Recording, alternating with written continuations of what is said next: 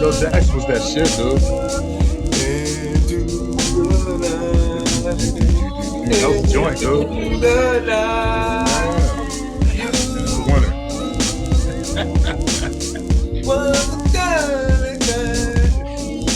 That nigga rocking that shit. Fucking Jackson Brown and Joe Jackson. Rocking the gas bar, rocking the gas bar. Boom, boom, boom. Rock the gas bar. Hey, we about ready to start, man. So we should all go on our live. We'll play some Devo and shit. Let's watch the game. 3, 2, 1. What's up, y'all? It's your main man, Jay Sands. Sands on Sports, hip hop and sports entertainment at its finest. That's right, y'all. The big kid is at it again. And this is season 5. And I've been saying it since the beginning of season 5 that this is the very first hip-hop sports podcast. I don't care what Cam and Mason doing. This is the first motherfucker. I've been doing it since 2008. Motherfucker. Word up. Shout out to Cam and Mason because I heard they shit funny, so I'm definitely gonna be a subscriber to they shit. But yeah, I've been doing this since 2008. First interview with Royce the 5'9" in Baltimore, and just been cranking them out ever since. And what I like to do is correspond the episode with great sports figures. And Cal, who's 92? It'd be White, dog, all day. That's without question, bro. What you This talking is about? the Reggie White episode, not Yes, the Reggie episode, Not but the the Reggie. White episode, no doubt, man. Yo, big up to Reggie. Yo, big up to Von Booker, because no, wait a minute. Yeah, Von got to play with Reggie White, Green Bay. So big up to Von Booker, a regular on Sands on Sports, no doubt. Mm-hmm. So, yo, Tal, man, how have you been, brother? It's been a minute since you've been on the show. Man, appreciate it, brother. Yo. Yo, I'm chilling, man, maintaining, man. Out here up in C-Bus, you know, we living this life, man. Married style, just cooling. Finally, springtime finally hit. So, you know, we walking around, a lot of dogs in the neighborhood, you know what I mean? So, hey, that's really all that's going down around here, man. Yo, man, shout out to my dog Theo, man. My dog Theo, he's going through hip, man. He don't like it a little bit older than a year, man, but he already got a bad hip muscle or something, man. So he's around here limping, man. So shout out to my puppy Theo, man. You're gonna get better, dog. But yo, we have a very interesting guest.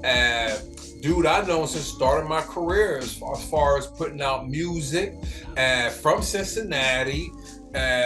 You know, record pool guy, you know, back in the day, you feel what I'm saying? Just a guy who was about hip hop and about the culture, and it's great that he's here with us because we're becoming a dying breed.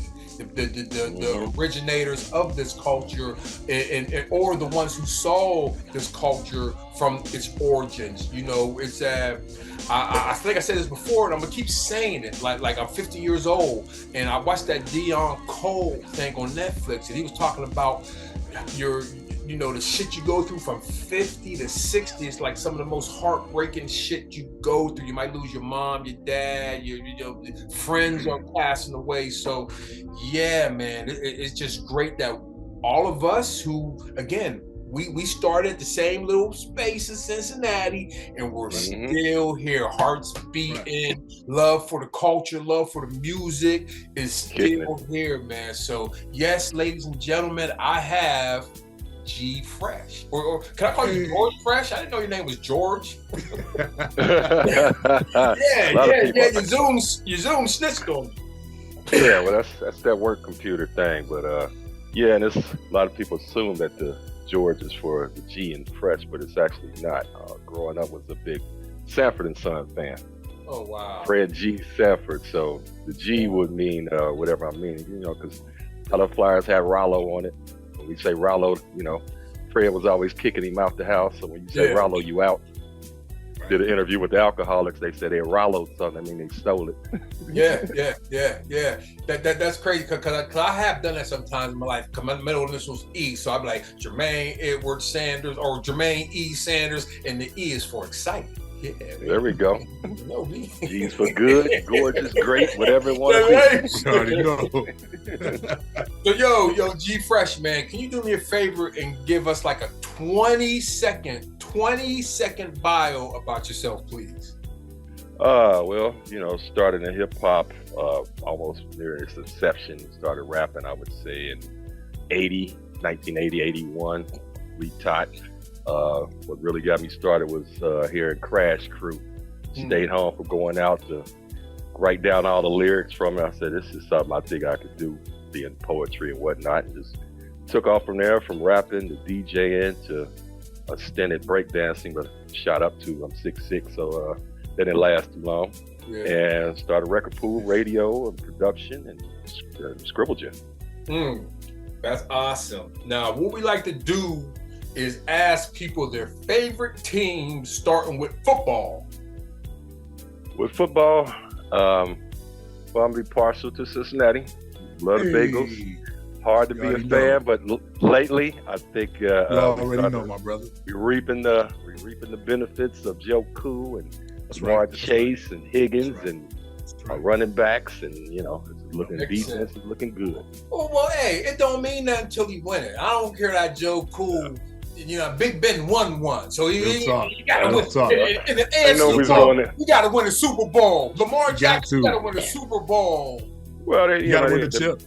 They broke Carson down real bad, and we might have slid past him that year. Who knows? Yeah. A twisted Carson Palmer knee. We had to finish with Kitna. Hey, look, we gave him take down the steel curtain. Therapy. Carson Palmer got to come back. Chemotherapy. What's your favorite hoop squad? Going with the Warriors. I mean, of all time, definitely the Bulls. Growing up, like several over the years, but I started following Steph Curry coming out of Davidson. I said, this guy gonna be something. And definitely like the Warriors squad at this point in time. See how they're gonna make out this year. They're not the same squad as last year, but you got a couple beasts on that team that might be able to turn it on, see what they do. Dope. Well, check this out. One more sport. What about baseball? Not as big as a baseball fan, even though I actually left the sport when I started playing basketball. I was an all-star when I quit, but it was a little slow for my taste. I was playing catcher, and I got tired of waiting on 2 outs, half my gear on, half the gear off. Start growing again. Yep. How tall were you when you were catching? Probably about 5'9", 10. Okay. I started getting that spurt and squatting on them knees. Yeah. That stopped that, and I went through the first base and outfield. But yeah, it was clean up batter, all-star when I quit. Father didn't want me to quit. Retro, in hindsight, probably should have kept playing. Easier to make it in that sport. And in college playing basketball, I had guards on my team, my height. So I was like, I'm playing power forward. I got point guard 6'6" too. Damn right. So what's your favorite major league squad? For baseball, I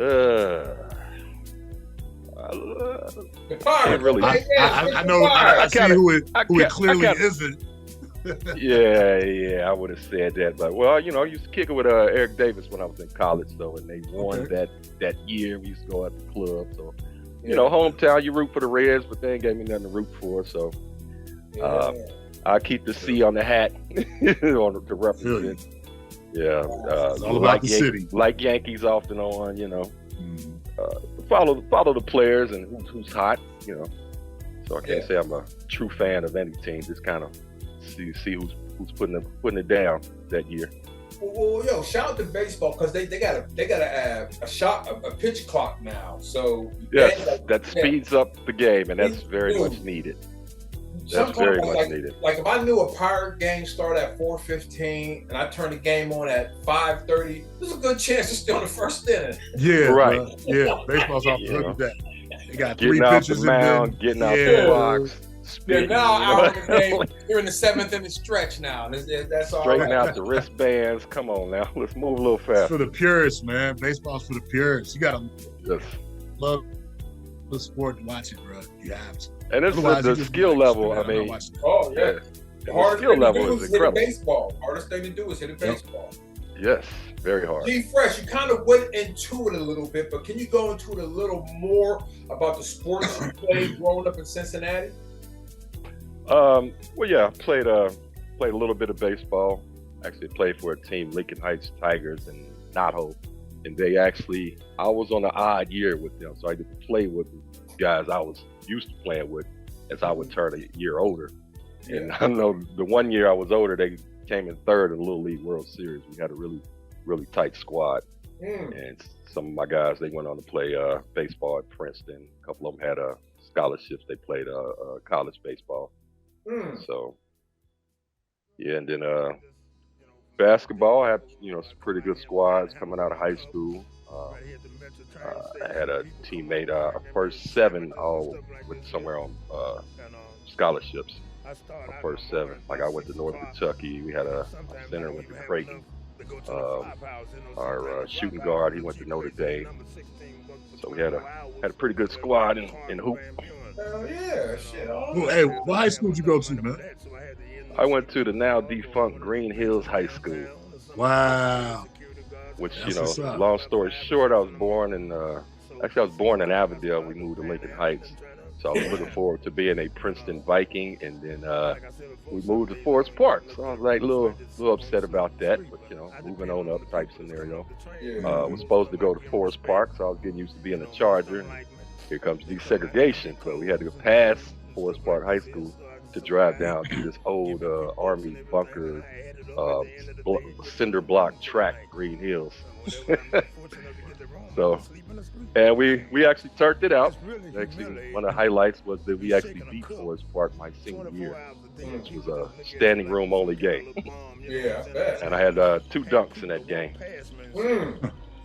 So I had both sides of the stick. I knew everybody on both schools. So when I dunked, both sides of the stands jumped up and went crazy. That's dope. Hey, check this out. Let's roll into this segment. You kind of did it, but I want you to think of another story. This is called Back When I Played. So can you please give us another story of back when you played? Back when I played, shoe game was just starting to get a little nice. So I think we had a contract with Pony. So we really had to be good to be playing people wearing ponies. Yeah. So people crack on our pony shoes, and I said, you gonna see me coming down from this dunk. Yeah. Ride that pony. And we was also I graduated high school in '86, so we was in college. I would say the year after I came out of college in '90 is when the shorts got longer. Yeah. Suffer through the booty shorts, and your legs looking all legs. So they finally started listening the shorts the year after I was coming out of college. So You had kind of missed out on that. Little Nas X's on. Yeah, buddy, them extra mediums. Terrible, bro. Yeah, I hated it. No doubt. Yeah, well, hey. So what happened? So was that the story? That's pretty much the story. Okay, got you. Well, check this out. Here's my story. Looking Yes, for sir. a damn sound because it's the end of the first quarter and we are going out of the first quarter into the second quarter. G Fresh, what the hell you Yes, smoking? sir. I see smoke. What the hell you smoking on? A little black and mild. Woo. Hey, you know what happened when you take the tobacco out and then put a little weed in it? You know what you call it? Black and wild. It's black and wild. I've been there, done that. Don't fool with that no more. But I actually freaked mine, and I remember. Oh, okay, you freaking it? Take it out the filter. Damn, Taking out the Oh, filter. man. Yeah, I ain't freaked the So black take- and mild in like No, decades. totally I went different through a taste. whole podcast on freaking black and mild. Yo, We used to gotta actually freak have a 'em, dog. race on how fast you could freak it if you Check it out. catch one without no glue. shout Oh, out to my cousin Rashad in the third in Columbus, because they would heat the tip up and stretch it out, make you. I seen Yeah. that. That was a little goofy phase I seen people do. I did it a couple times. I like it. I did a couple times. Hey, you take the filter out in the But you know middle what of the happens? paper and Here's shit. my kit too. Hey, you know Wow. what happens though? Tap it down. You fuck up one black and mild tip, and then you're like, man, I'm out that game, bro. And that's what happened. Or somebody made it, trying to make it all. They make it this long, and I'm like, don't smoke no difference. Cut that corn stuff out. Yeah. Damn, that's taking me back to those Vine Street days. Why used to be on Vine Street? Used to be on Vine Street back in the day. Vine Street when it was popping. Check it out. We're going into second quarter, and G Fresh. Check it out. I watch basketball, but I'm gonna admit I even have a cousin. My cousin Ashley Battle from north side of Pittsburgh went to UConn, played with Taurasi. Big East defensive player of the year 3 times. She got 3 rings from UConn. Man, I ain't never watched women's basketball. Be fresh. But guess what? This fucking year I did. Because guess what? The shit was exciting. And I think maybe the stories. I knew the stories this time. You know what I mean? And actually, the girl from LSU, I'm in Baltimore, actually in Owens Mills. So the girl from LSU actually grew up maybe within a mile distance. So I knew her and her twin brother heard about them out of high school. You know what I mean? The Reese twins and whatnot. Yes. So anyway, for me, this is like opening up a gift, and it's like a Christmas present. I've been sitting there for 10 years. You're like, I'm gonna play with it. Then it's the dopest Christmas present ever, because that fucking final game killed the men's game. Yes, by far. And G Fresh, I know you got daughters that hoop, man. So can you just give us a little? Just kind of tell us the progression and the importance and just what women's basketball is. Well, I was a big hype for it, having daughters, and they got to be very good. We was on the AAU circuit in Columbus and Atlanta and things of that nature. Both of them they was in women's basketball, hack sports, different local stuff. They was always on the news, traveling, a lot of scholars offers. My oldest, she was a real beast. First freshman game, 27 points, 17 rebounds, 9 blocks, and 6 assists. So it was close to a triple-double. So I knew I had something, and just, whatever you get into, like you're in music or sports, or, it becomes that circle where you get to see some of the same people, some of the girls that, I followed and watched them play college ball, and some head on to the WNBA. Some of the girls my daughters used to play against. So I was a big, making sure they had the opportunities that they needed. I know that's a big thing with the what's the title IX. Yes. So that to see the sport grow and get the coverage it deserves, especially having daughters. I know Kobe, before he passed, was big on being the girl's dad and stuff like that. So got to do that. I trained them, coached them, worked out with them. Actually would train other girls because they seeing their progress and how they were doing. So I have other girls out on that court. We get out there in that heat, make sure they got enough Gatorade, and we go at it. I had them playing against boys all the time just to toughen it up. So it was great the way that game was, and I watched most of that tournament with some of the games. Ohio State, Miami, they had some good games. The Iowa, so it turned out it was very exciting, very exciting. Good to see the sport going like that. Okay, and this is what I want to ask. Do you ever see a woman? I mean, because honestly, I look on TikTok and I look on, although these aren't NBA caliber players they're playing against, but can you actually see a woman competing in the NBA, like getting drafted by an NBA team and putting in work, or is just the difference too much? I think the difference is too much. You got some, the height and athletic, I think separation is cool. Yeah. When it gets to that level. Okay. Okay. Yeah. I mean, it's too physical, man. Yes, it gets physical, and I mean, like I said, I have my daughters playing with boys, especially my oldest. She knocked my contact out one time because I taught her how to get that rebound and clear her space, and I came in reaching. I got my contact, and I had to drive home like this. Mm-hmm. He's like, Daddy, I'm sorry. I said, no, that's my fault. I taught you how to, get that rebound and protect. And if she was on the other team, it was men that was, sometimes they ain't want to get physical with her. I said, go ahead. That's what she needs. Yeah. I said, she probably gonna hurt you. Can you imagine a woman point guard running into a screen by Joel Embiid? Right. It's over. Yeah. No offense. They got a few that's up to the task, but yeah, they usually dominate on their sport, But I guarantee you, a lot of them grew up playing against older brothers, and playing against boys as well. Okay, well, let's reverse it. Let's reverse it, because this is something I hate. This podcast, I don't try to do the TMZ. What's hot topic? Let's talk about it. I try to stray away from that. But this is a hot topic that's going on right now. They're talking about ban. So let's reverse it and say, because we got the transgender and all that stuff going on. And so say a man was to transition to a woman and wanted to play sports and play basketball. How do you feel about that? Not with it. I've actually talked to my fiance and a couple other people.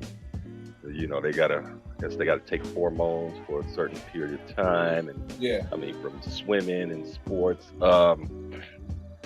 It's a hard call, and I look at it like this, and I have my opinion. Everybody live free, do what you want to do. I don't hold no picket lines against anybody living their life. But if I got a daughter, she's playing against somebody that was actually born a man, I'm not feeling that. I'm just not. I mean, there should be a place for them to play, but I think it should be on the sport you're born with. Now, if you're born with both sets of parts, my heart goes out. On figuring that out for the parents and that child, making sure they're accepted in society. But on the playing field, I just don't think it's a fair playing field. I mean, even if you're taking these hormones and stuff like that to lower your testosterone and whatnot, raise the estrogen, which ain't normal to me, but I still think you still have an unfair advantage, in that regard. So I ain't feeling that. We'll see how it plays out, because I'm just one opinion. Yeah, and Jay Sands on that testosterone booster just got that. AZH. I got some of that back. As you get older, you're gonna need a little bit of that. You back. Get on that androstenedione. Get on that Mark McGuire, son. Hey, when you get out of bed, and you ain't played no ball, or you ain't ran or jogged or did nothing. You get out of bed, your ankle and knee hurting. It's something ain't right. Damn, they got a wonder drug. Was I dreaming I was playing hoop and my ankle? Dude. And the day after I played, I'll tell you a story. So we had a class reunion, which is going on about 13 years with Green Hills Forest Park with Woods. And so they wanted to play, Green Hills was going to play Forest Park. So I told you, we beat them my senior year. So we kind of got there late, me and the girl, and I'm telling the old basketball stories what I used to do. I get there like, G Fresh here. And then I'm like, I don't know who y'all see walking in the building. I said, I hadn't touched the ball in a good year. You about to dunk on somebody. Yeah, they was cheering like, I feel I had the ball to top the key.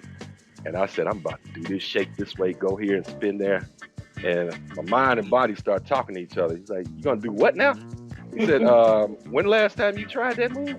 Right. 5 years ago. Okay, this is what's really gonna happen. And so I shook this way, spit, fell on the floor, and ball went out of bounds. Body said, "Told you." It's humbling. Air ball, my free throw shot. Yeah, my damn hamstrings. Soon as I look at a basketball court, my hamstrings just clench. That's when you find out muscles you forgot about. Go play some ball. Shoulders, torn labrums. What's this oblique hurting for? Yeah, body start hurting me. But hey, man, it's part of the process, man. Getting older is inconvenient, man. But We blessed to be here, right? Yeah, I mean, Look, I'd rather be feeling sore than be feeling nothing. feeling Exactly. nothing. I mean, we can't do the Benjamin Buttons, but it's just the way life works. No doubt. Hey, y'all hear the sound? That means we are going out in the second quarter and we are headed into halftime. At halftime, as you see in the back with my man, if you're watching, you're probably not watching because it's going to take me forever to load this up on YouTube. So you just got to trust me that my man G Fresh got the game on in the back. I got the game on in the back. We got the Bulls versus Toronto as it's coming down to crunch time. Yeah. So what I want to do, fellas, is I want to get picks from you guys about the playoffs to see who you guys think are going to win. And wait a minute, today we have there's still playing games, correct? Yep. Okay. One left. Yeah. And that game is OKC and New Orleans with no Zion. Right. So everybody gotta make a pick. You gotta make it, and it's like Super Bowl pick right here, bro. Okay, we're picking on the games or the overall series, just this one game because the playing is just one game. I'm rolling with OKC. Oh, who you going with, G Fresh? I think even without, we talked McCollum and Brandon Ingram. Yeah. I'm thinking the Pelicans going to pull this out. Now, I'm not sure who has home court advantage. OKC, you're playing at OKC. And also, I think Brandon Ingram and McCullough can shoot you out of some shit, too. Yes, that's the possibility. Don't sleep on OKC, man. Your boy Alexander. Shea has been the truth, man. Banner year. Yeah. Banner he's year. scoring at like 31 a game clip, man. I'm telling you, they play hard. They play well together, especially on the road, man. Well-coached team, a lot of discipline there. We'll see what happens, man. And think about it, they had the number one pick who broke his foot playing pickup. Right. Chet Holmgren, Chet Holmgren, yeah. So. Oh yeah, I forgot about Big Chet. They played a game, dude. That's gonna change their dynamics. So who y'all got? I'm gonna keep this. I'm gonna save this for June when the shit. Cause I'm asking everybody who your pick is. I'm gonna play everybody's pick in June. So who y'all got winning it all? Well, I'll start with the East. I'm thinking that, you got three teams looking pretty strong. I'm rooting for Embiid to get the MVP. I just don't think, through the past, I just don't see Philly getting past the Bucks or Celtics. So I'm going to say, because the Bucks looking pretty healthy, I give them a slight edge over the Celtics coming out the East. Either one, I wouldn't hurt my feelings. Yeah. The West, of course, my guilty pleasure, as I say, Warriors, my team. I just don't think they got enough guns and bench and way off their home court viability at this point in time. Phoenix got some questions. Yes, they do. I'm going to say for the West, I think Phoenix might ease in there. There it goes. I think they're going to ease in there, and then it's Phoenix versus the Bucks. I think we're going to have an East Coast winner. Oh, okay, then. Phoenix, Milwaukee, East Coast. Okay. Yo, I'm gonna just be straight up Celtics, Suns, and I'm picking the Celtics. It goes against everything I stand for. I don't pick Boston for anything. But it's a magical year. Bill Russell died. But when you get to the court, man, you got to deal with Tatum. You got to deal with Brown. You got to deal with Marcus Smart, his energy, because they're going to turn up. And you got to deal with that Boston crowd. See, it's Beantown, Title Town. You know what I'm saying? Yeah. They out for blood each and every time. So I think a lot of teams are going to have difficulty going into Boston winning. And I think Milwaukee's going to find out. Milwaukee deep, though, man. And Boston, like you said, I've rooted for them. When they had the big three back in the day, I rooted for them to win that. As much as love Kobe and all that, but yeah, I still set my set my cup on the mic. Got the picture over there still. Man, I hate Paul Pierce, man. Paul Pierce, man. Yo, I liked him that year. I liked him that year. His mom's just died. Paul Pierce's mom just died. Oh, shit. Rest in peace. No Paul Pierce slander would be tolerated, man. My fault for that, man. I didn't know. I love KG. Yo, look what I got saved in my phone, though. Y'all see this? Hey, yeah, buddy. Divide. Okay, I'm gonna post this one day. Like Divide. Yeah, man. It was the whole, man. The whole getting wheeled in on the wheelchair, the whole fake Willis Reed moment, man. Hey, look, did it for me, dude. Paul Pierce used to cook the Bearcats. I used to hate him. What, Kansas? Yo, anyway, we played for Kansas. Yeah. Yep, back when Danny played at UC. I remember, I used to hate that. But anyway, my NBA picks and guess what? I'm going to change my picks every week. So when I do play the shit in June, I'm going to have at least about 8 different options to pick from. But y'all going to be stuck on y'all picks. So for the East, I'm going with Big Motherfucker from Philly. Joel Embiid going to the finals. And that's gonna be interesting. Yeah, it's gonna be the big men. It's gonna be Joel Embiid and the Joker. And hey, I think the Joker. Denver. I'm going with the front runner. I think the Joker gonna do it. I mean, nobody said Denver. Nobody ever talks about Denver. I give you that. They the number 1 seed. Yeah. Well, what don't you like about them? I mean, I don't. I like the way Jeff Green balling. Oh man, just the dude's reaction every time he dunked. That trips me out. Like, oh, gee, bowling. Yeah, his teammates. It's amazing because he had that heart trouble in his. Yes. That's right. And he had played. He had a stint with Boston, and Boston had some issues with going back to. That gotta be Len Bias and then Reggie Lewis. Reggie Lewis. Those deaths changed Boston as they were getting older and coming out of the the Magic Bird eras. That hurt them. That set them back big time. Yeah, that Len Bias death definitely hurt them. That killed them. And then Reggie Lewis was like, okay, we can rock with him, and then that happened to him. Y'all remember Hank Gather? Y'all remember when Hank? I was man. Loyola Marymount. Yeah, dude. Crazy. I remember that was an exciting time to watch basketball. Him and Bo Kimball, man, they was putting up like 140 a game. Man, that was nuts. Back when the Big East was the Big East. And once he died, it was like, you got your left-handed, no look or left-handed free throw from Bo Kimball. But that just sucked it out. Oh, one thing that I picked, an era of Jordan and Ewing and Ralph Sampson. I actually picked something about NC State. I said they might win it all. Yeah. When they had Wittenberg, Thurl Bailey, and Lorenzo Charles, rest in Jimmy peace. B. I said they might win this whole thing. They beat Jordan in an ACC tournament. I said something about that team said they're gonna win it, and to win it the way they did against a powerhouse Houston team with 5 slammer jammer. That's right. I mean, I know you're a frat and I'm a frat. I wouldn't love to be part of that frat. 5 slammer jammer. I want to say I never dunked in my life. I'm mad. I don't even feel. Matter of fact, I don't even feel black anymore. I just told you that. I feel like I like black. I never dunked before.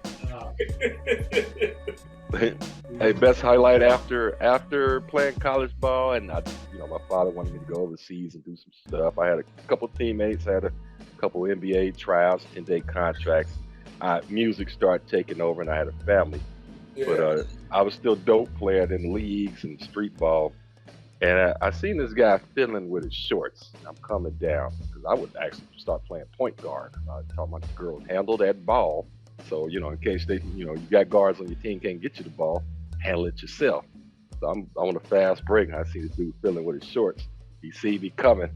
And he tried to jump me. I took off probably a little, between the foul line and the dots.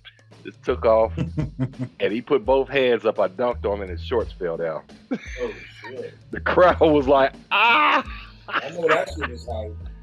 Oh yeah, because we played with crowds around, and and I caught an alley oop where a dude tried to grab me, but it was too late. I already took off, so you got him holding my midsection, dunking, looking down at him like, "Why are you holding me?" Yeah. Posterized and shit, looking stupid. Yes. Pride comes before the fall, man. Well, with G Fresh, I'm charging $55.99 for everybody who wants to listen to this interview. And the reason I'm charging it because they want to hear about what we're talking about in the third quarter, and what we're talking about is the Scribble Jam. Now I had Mr. Dibs on here maybe about Kyle. Did you do the Mr. Dibs on with me? No, I went on that. Okay. Well, anyway, I had Dibs on here. We talked about Scribble Jam. So now I got G Fresh on here, and we're going to talk about the Scribble Jam. So G Fresh, go ahead and knock the beer down, and go ahead and get the rolling, and let people know, just the Scribble Jam. You know what I mean? Everybody hears about it. I see people on Twitter, Eminem's the greatest rapper ever. He won the Scribble Jam. Yeah, okay. Not true. Not true. Not true. I know. Not true at all. But yeah, it's how it's remembered though, right? Yeah. He got a jump start off the Scribble Jam. He was heading to a lot of events. He actually came in second. He lost to Juice. Juice. I know. And he actually Rhymefest had also beat him. There was controversy about Rhymefest versus Dose One. Bunch of controversy about that. Scribble Jam. Diaz was doing this thing because we started out as a group coming out of the late '80s, early '90s. He was a DJ, almost kind of gimmicky, but the guy was really good at what he did. And you were starting to see that because hip hop was very inclusive of different races and cultures, which is one of the things you gotta love about hip hop. And so we had done some projects together. We had shot demos. We started learning the industry and the energy of the industry, especially if you were not from New York. You went from sacred ground, trying to make headway coming out of other areas, which doesn't matter as much no more with all the platforms we have. But back then, we almost wanted to move to New York to get a chance to shine. So we started, producing other artists here in Cincinnati. He had the Empire. That's right. I started producing a bunch of groups and had the Storm Children, Uncut, Superpowers with Scandal and Jay Rizzo, and Ghost of Rob Nail, and Abia, who does poetry. So it started like kind of with the record pool, because he told me he was in this record pool. He said, "Man, we could do this." So, but nobody know we actually started to get records. We made up a fake radio show, made up fake letterhead, and we sent it to all the labels. Back then, you had to fax and call, and we started getting product. we said we was WCIN, the new magic, and we play hip hop. No, if somebody had came to town and checked us out, they'd have pulled the whole card. Records might have stopped. Yeah. The next two times. Yeah, so we knew how to, we did phone crank, so we knew how to get past the first levels and change our voices to get to the people we needed to talk to. So that was a skill we put to use. So he was telling me about this party. He happened to be off that day. It was on a Wednesday or Monday. It was cold out in Annie's. And, just little DJs was scratching, a couple of MCs was going, and a handful of break dancers. I mean, it was probably 45 degrees. And I said, old school hip hop. I said, I could do something with this. I said, well, first thing, we did a couple for that year, all on Mondays, which was hard to get, but we still had people coming from out of town. We had graffiti guys. I said the big jump was 97 when we moved to Saturday. Had no idea it was going to take off like that. I mean, did a lot of promotions. I used, the record pools I had. I used the radio shows. I had 3 radio shows at the time. And I used street promotions. So we had a lot of merchants. We had sponsors early on as they got bigger. And we jumped it off, and we had one of the greatest b-boy battles. Then we didn't even do a DJ battle. We had graffiti at that point in time. We had in the MC battle. So I was part of recruiting a lot of the MCs for the MC battle. So I used to talk to Eminem's manager at the time. Used to talk to Ryan Fest. Haven't talked to him in a while, but used to keep in touch with him. Juice, I didn't know. We was trying to recruit Medusa and different, freestyle people from around the way. Because the circuits for knowing these people wasn't established like it is now. I mean, get on YouTube and all that. This is pre all of that. Yeah. So we had one of the greatest MC battles, that was out there with Deuce Leader coming out of Louisville, Eminem, Juice coming out of Chicago, Ryan Fest coming out of Chicago. Cincinnati actually got pretty murked in that battle. Yeah. But it taught them something on how to get better. And I think that was a very good thing. And I had some really good MCs that couldn't get past the, first, second rounds. So we didn't really have a battle scene in the Natty, man, from the MC standpoint. So it didn't really develop like that. Yeah, not like, it was, I know you, you know me, and we gonna battle out there, and it didn't happen often enough. And it was more like the crack battle where you're getting attacked. Where I'm gonna talk about your appearance, what you got on, and that kind of took off. 5Ds, we were on Short Bond in front of BW3s. I know y'all remember that spot. Oh yeah, that was the spot. Dude, we ran up on. You remember Lack None, right? You remember that group? Yeah.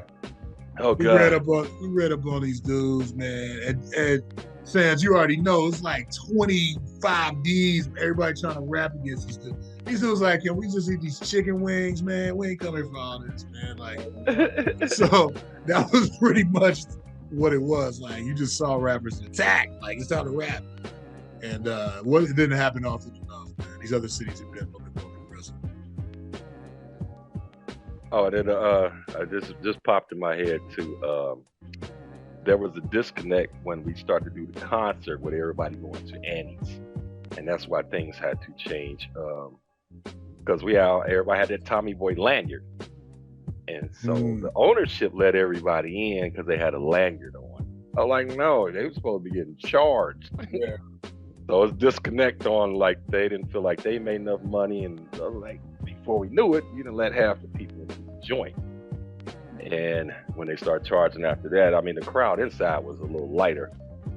But I do remember 5Ds was on stage.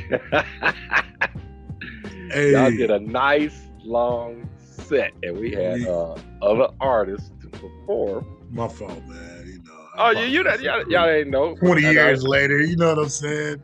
No, the funny part was because I thought that Jay Rawls was in charge, and I found out, he was my frat brother, and I was like, well, we gotta get the next show on, and he was like, oh, we're gonna do another one, and I think it was probably Pace,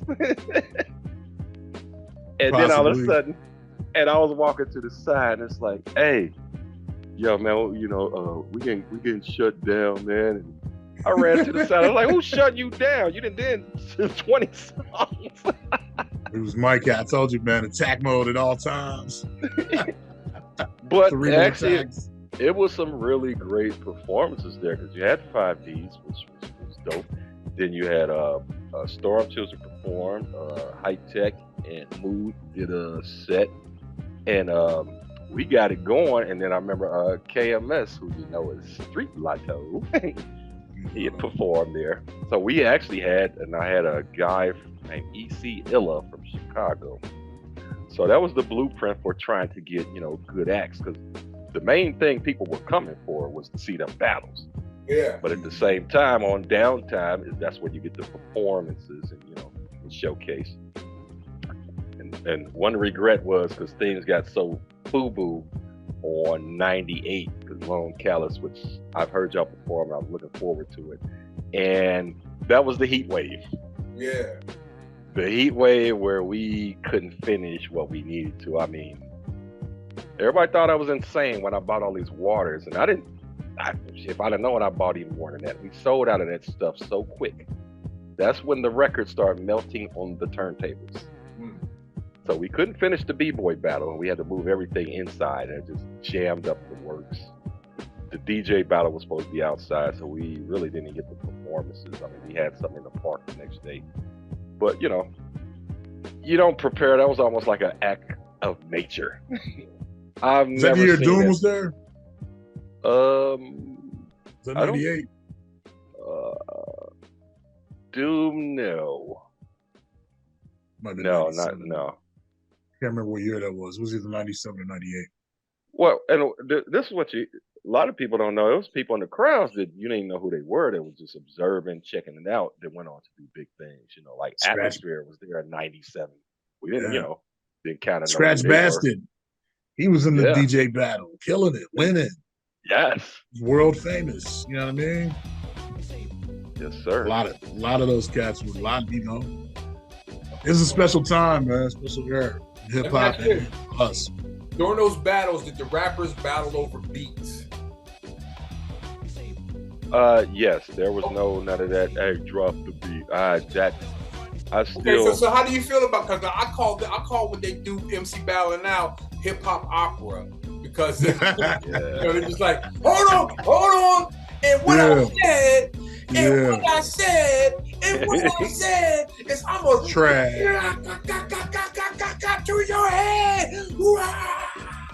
Like, I'm gonna say this when Read. it comes to like everybody talking about let's That wasn't do on the me. whole thing. Let's do the right.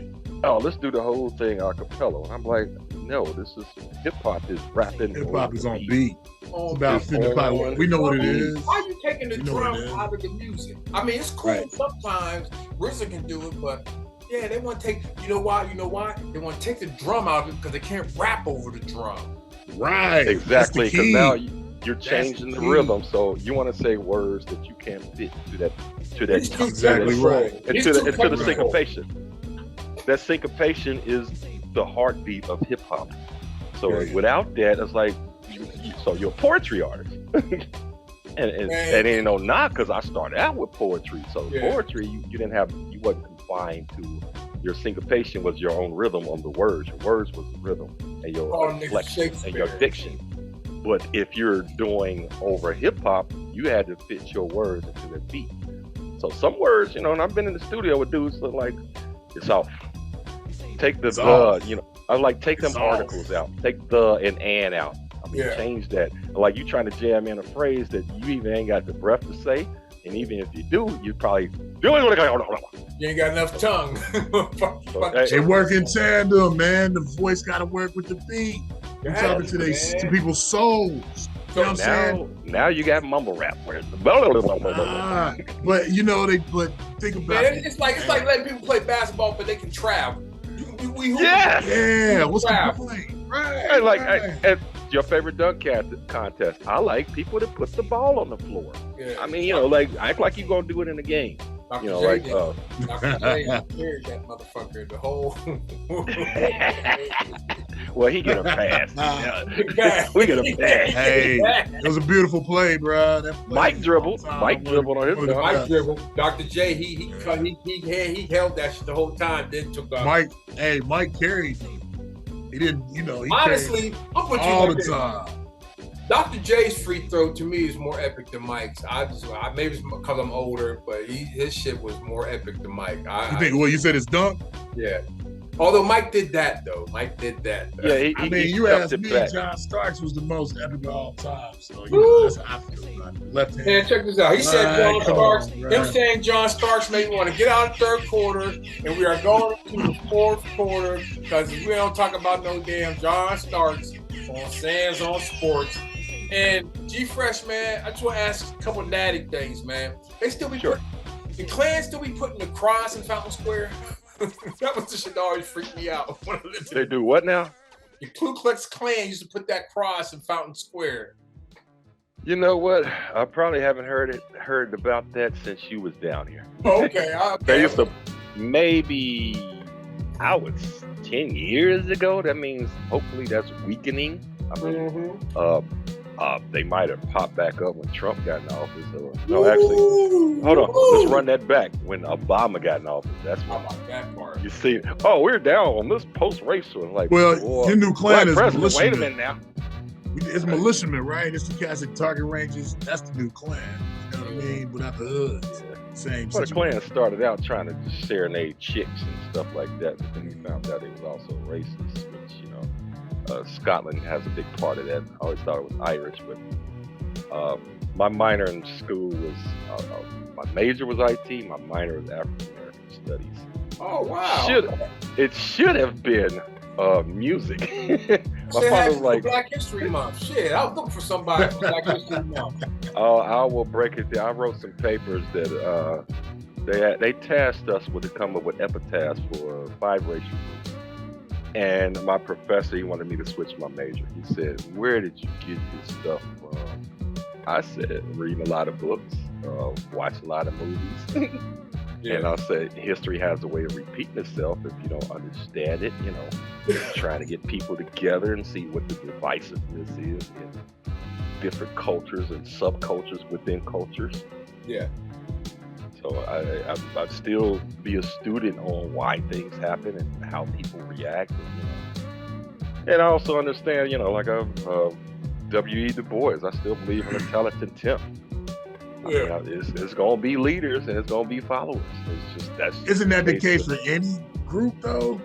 That's any group, and then, you know, just we have a lot less to lose, a lot less affordability to have losses like that.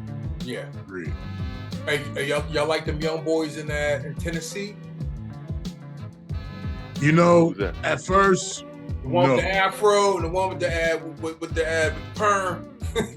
Nah, because I think when you get elected to a position, that you are the bullhorn for those people. So you can't put yourself back in the crowd that got you there in the first place because you got too much to lose.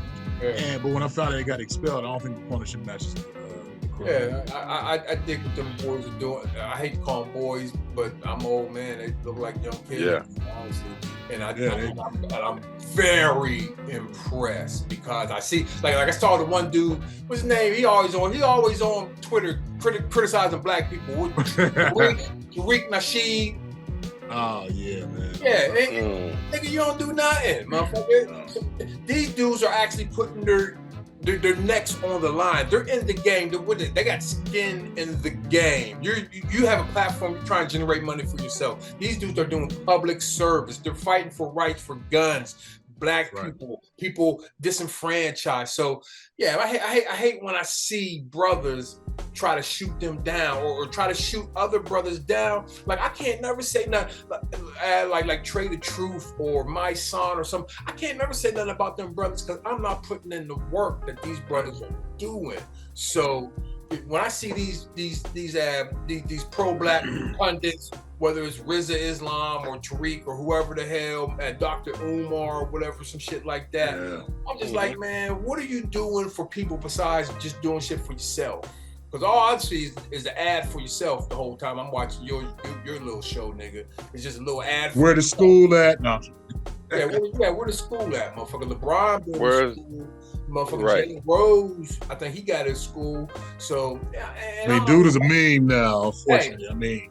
And the thing about it is, that's a great idea. So I applaud the thought that, hey, I want to, but again, when you don't do it, and what they say, you keep your hustle and your moves on the low until they blow. You know what I mean? Don't be here, yeah, man, I just met G Fresh, man. I think we're gonna hook up with Moo, man. I don't know, man. I got a feeling, man. I met G Fresh, man. Yeah, I think it's gonna blow, man. We're gonna do the Scribble Jam 2024, man. Yeah, man. You just talking about shit, motherfucker, but ain't nothing concrete.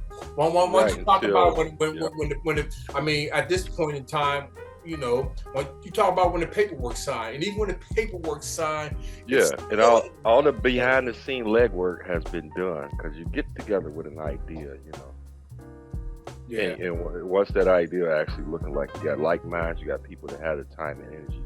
I actually look back at Scribble Jam like, how did I do that shit? I just got cussing my daughters. Classic video on one of the videos was you and Jay Sands playing tetherball with my daughter. Wow, that hadn't happened in a long time. Somebody called me Jay Rawls. I'm Jay Sands. That's Jay Rawls. I said you. Jay Rawls is smart. I said you and Jay Rawls. No, you said Kyle. Nah, you said, hey man, don't put me in the middle of this. Nah, fuck off. You did say Jay. I Hey, said, real talk, you said Jay Sands. You He and misspoke, Jay man. He said Rawls Jay were in a Sands, though. video. Yeah. You, I think I said you and Jay Rawls were in the video with my We'll be able to daughter. run the tape back. He threw the flag like in that commercial. Well, it's a penalty. I'll pick it up and I'm gonna tell you, y'all was in a picture in the video on Scroll Jam '98. Yeah. Y'all was playing tetherball with my daughters. I didn't send me the picture. It was in the video. I don't think I had a Oh, it's in picture. the video. Okay, got you. Yeah. The videos are hard to dig out. I dig He's that. just bringing it up, man. He's just trying to let you know, bro. You two are from Cincinnati. Is Allen the best fish in America? My girls swear by it. Here's the thing that some people will like. One of my artists, Repeat, he's down south. He's like, y'all ain't real fish up there. If you ain't by the coast or by the Gulf, you're getting frozen fish. I would agree. And we all been to the ocean. Now they prepare it. Yeah. That's some stank on it. And speaking of that, I actually used to I ran into some dudes at Top Cats, and we were just shooting the shit. And they were from New York. They was called the Rest in peace, Bobby and Vicky. Yes. And so they had we were just shooting the shit. And I was talking about cooking and how I had picked up different cultures from women I dated. Cooked gumbo, dirty rice. I cooked Italian, soul food, Asian. Got to walk. Try new. And the girl I have now, we watch Chop and stuff like that. We try different stuff. So I was like, he said, well, why don't you write an article for our hip hop magazine? I said, okay. He called me on my shit. And so I called it G Fresh Peas. So I would do an article. I remember the first one was spicy tuna. Because you see everybody talk, we're going to give you spicy fish. It ain't nothing but putting hot sauce in your tartar sauce. But you was seasoning it, so I was doing it. And I picked it up kind of from my ex-wife. And I was like, and the funny part is when you talk about how, because you're cooking by almost like making a beat. You might have a formula, but you don't remember exactly what you put in each beat. You just get it done. Right. So I was like, you got to measure out some shit to make a recipe. So like, normally I'm just like, I just add a little bit of this, a little bit of that. You can't say that. You got to actually measure out what tastes good. That's that mama cooking right there. Like, that's like, like a little bit. Just put a dash in that. Like, what's a dash? What a dash to me might be a dash to somebody else. Yeah, that's right. That's right. Like, it tastes right. I'm like, no, you ain't put enough dash in there. Yeah, you got dash. And also, motherfucker, if it's your birthday and you go to Alabama, motherfucker, fish, nigga. I missed out, man. My birthday was Sunday, man. It was Easter. They was closed anyway. They closed. Happy birthday, Kyle David. Happy belated birthday. Hey, appreciate y'all, man. Trying to get to the upper echelon, man. I stay on my birthdays. I gave you a shout out. Yes, you did. Thank you, my brother. I appreciate that. And when you come on my feed, I say I hate everybody. My girl says, you doing everybody's birthday? You didn't even know all these people. I say, I just do it. Yeah. I say we're gonna get our love. Man. Why not? What's wrong with showing love, man? You know what I'm saying? That's cool, bro. Thank you. And me and her, we do a whole birthday because I'm born September 15th. I'm 68. And I forgot you your birthday date before mine. I forgot about that. I remember that. Okay, you're 16th? Yeah, I remember that. I remember your birthday date before mine. I remember that. And then hers is the 17th. She's 69. Yeah. Wow. So it was like we wrapped them together. Like 15, 16, 17. Mm-hmm. My grandmother was a 26. Rest in peace, Lord Smith. That's it. So when we get married, we're going to be on the 16th. We're going to put it in the middle. How can you forget your birthdays and your anniversary at the same time? I remember I told this chick at work, she was like, that's cheating. I said, that was her idea. She was like, oh, okay, then. I don't be hating. That's a great idea. For the month of September. Fuck. My wife and I got married on the birthday of hip-hop. Birthday of hip-hop, August 11th, man. Oh, shit. Hey, there we go. Yeah, I got no excuses to never forget that. Yep. And August 11th, boy, that was actually one of the Scroll Jam dates.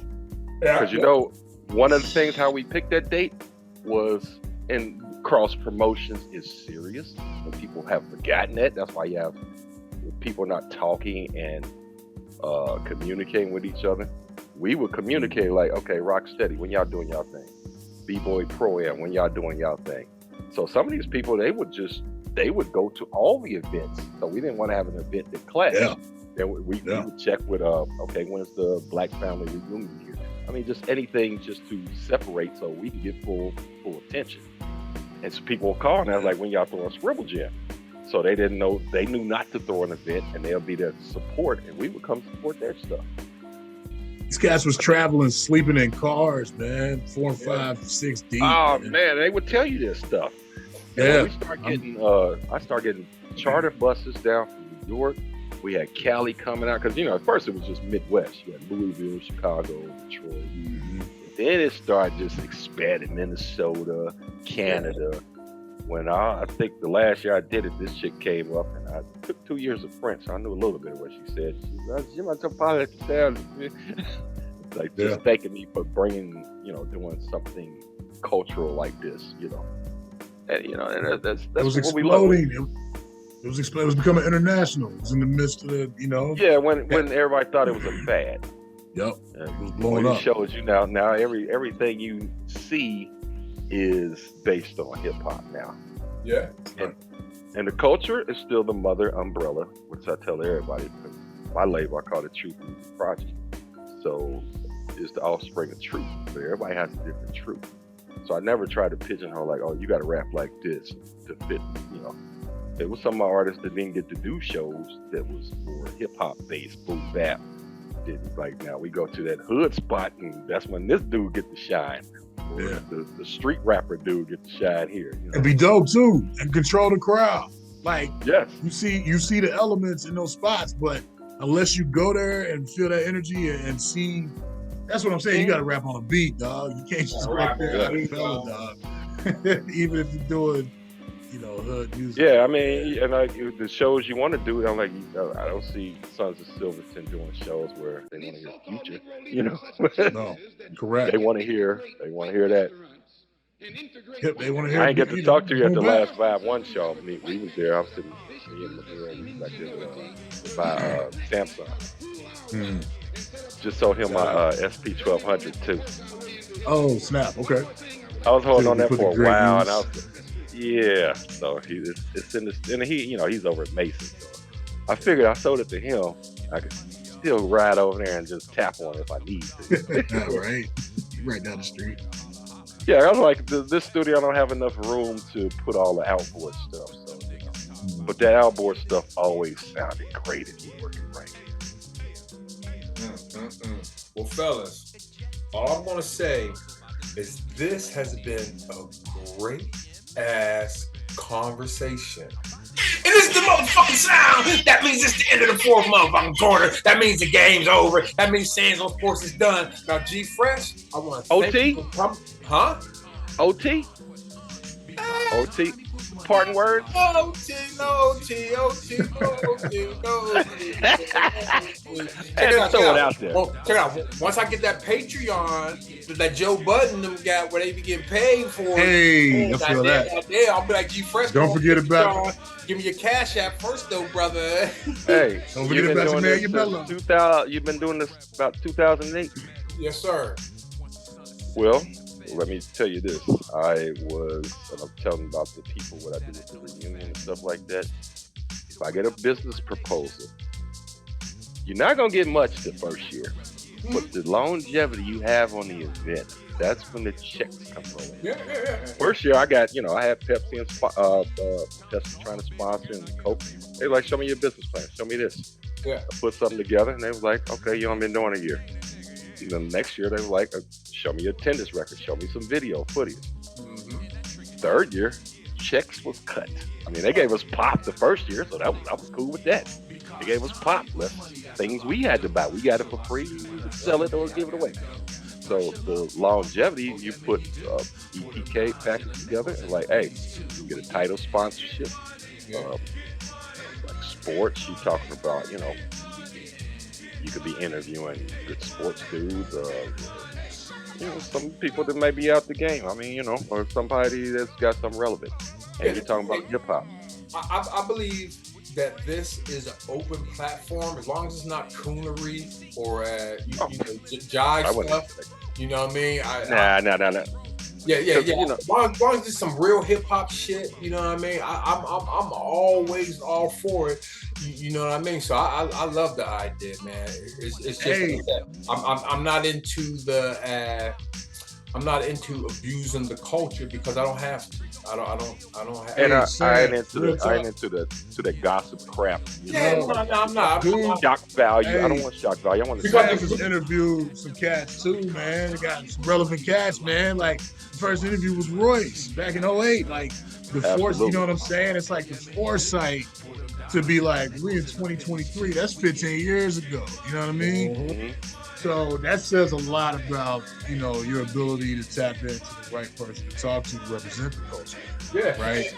And I don't believe it's based on fame. I believe it's based on like you said, longevity, history, and knowledge. That's what I look for. I don't look for someone that is going to pull her tits out on screen and then okay, I get 1 million views. I'm not looking. What's wrong? Hey, what's wrong with that?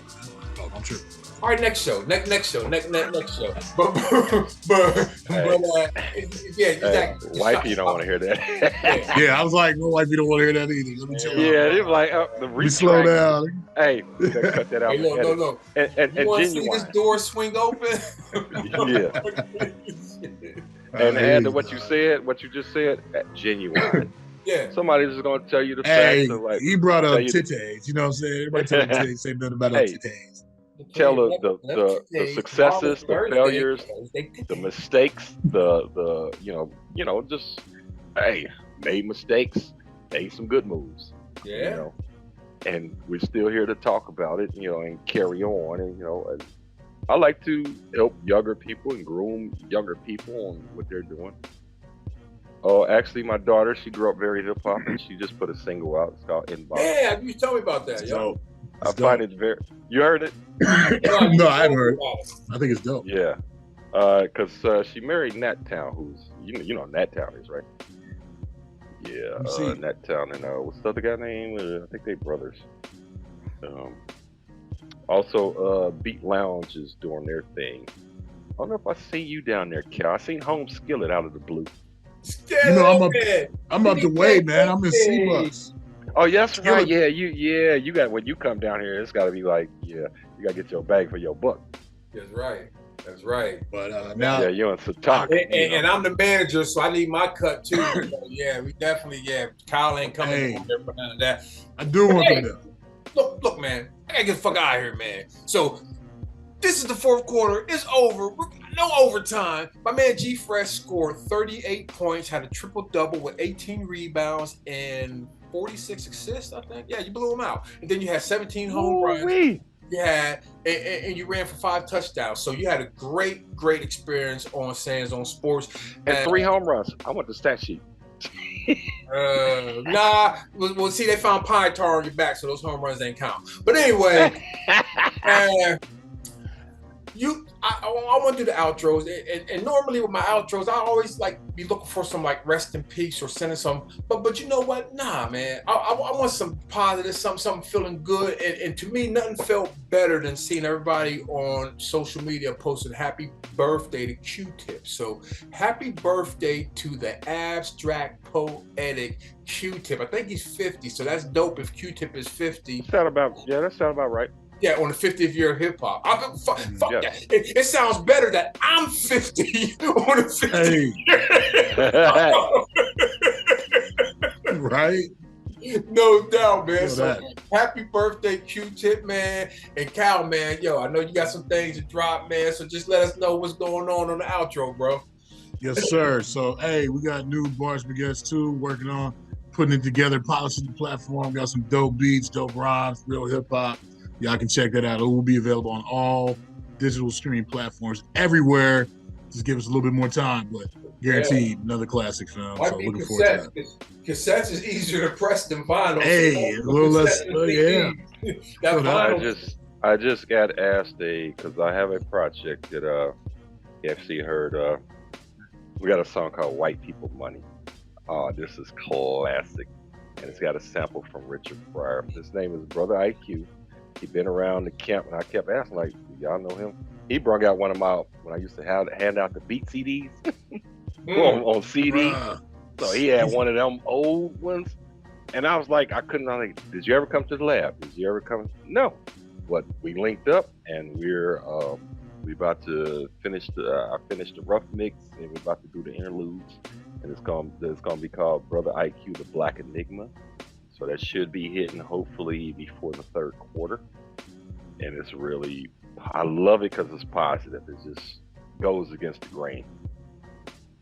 Yeah. It's real, and the brother also, he's author, published author. He does sculptures and artwork as well.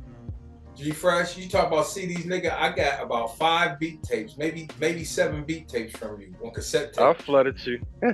Hey, send me some more joints if you got that much, sis. Hey. I'll send you the link now. I ain't pressed. Oh yeah, he ain't got the cassettes, but I still got those cassettes, G Fresh. I still have those cassettes in my garage. I got those cassettes still, no doubt. Well, you got to get through one of them and give me something that you can work with. Oh yeah, for sure. Well, hey, G Fresh, man, can you let everybody know what's going on as far as like what you got planned in the future? Let them know how to get in contact with you. They want to, you know what I'm saying, get you some vinyl interview, get some beats, you know what I'm saying, get some knowledge, because we do consulting in our 50s. We are consultants. So yeah, you can absolutely. You can hit my man G Fresh the advance, and then he's gonna tell you everything you know about the game. So yo, let him know, G Fresh. Yeah, you can hit me on Facebook. It's G-Fresh. The word dash is spelled out because I had to separate myself. It's got a poster up here that says somebody said G-Fresh. I said so. Now it's G-Fresh. That's right. The word dash spelled out. That's my Facebook. Truth Music Progeny. That is on Facebook as well, and SoundCloud. I also have Third Finger Record Pool, so you want music that DJs can hear. Yeah. That's a cool. Third is the number 3 RD Finger Record Pool on Facebook. So all of those things coincide with what we're doing. And, you know, I keep getting pulled back, and I'm gonna tell you this on the exit that I was a jack of all trade and mastered all of them. But nobody really knew that I was doing the music for a lot of my groups. Some of them would not tell you because they didn't want the competition was still between the groups, and they didn't want you to know that I mean, literally playing, you know, some of those beat CDs, and I came trying to secure Scribble Jam when we had to move. I came back and I left 2 CDs, and they was playing them. They was like, man, who did these beats? And I remember one of the artists like, don't worry about that. Yeah, that's right. Yeah, but now it's, man, like, we way past that. Like, let's help each other. I got something hot, you got something hot. I got artists looking for beats because I know I got my style and different things, and everybody got their style. So cross collab and keep it running. And I always will talk about sports, bro. Yeah. I know that's right. Well, hey, check this out. Hey, Kyle David Silverton on Instagram, Kyle David SOS on Twitter. My fault, fam. Forgot to drop them tags. No, go ahead. And Bars is Baguette. Bars the Baguettes. I didn't said the shit wrong. I didn't produce the shit. Good. You produced the whole shit. And the videos are out there that too. You know what I mean? So you can check it out. But yo, later for that, man. I'm Jay Sands. That's Kyle David. That's G Fresh from the Nasty Natty. And this is Sands on Sports. We're out of here. Peace.